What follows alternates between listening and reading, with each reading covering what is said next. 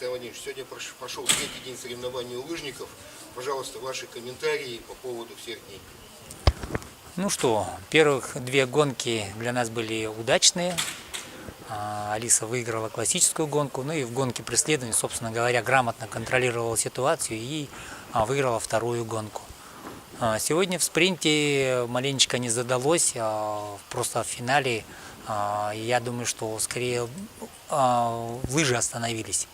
Состояние у Алисы, в принципе, нормальное было, но если речь идет о высоких спортивных результатах, то, конечно, там большую, огромную роль играет лыжи, которые сегодня у нас в финале просто не доработали.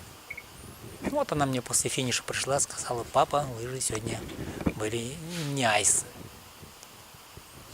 Так, еще? В каких еще гонках Алиса будет принимать участие на универсиаде? Алиса будет бежать эстафету большую, это 9 марта, и будет бежать 11 марта 15 километров масс-старт. Александр Владимирович, большое спасибо, поздравляем вашу семью, нашу Бурятию с такими хорошими результатами. Спасибо.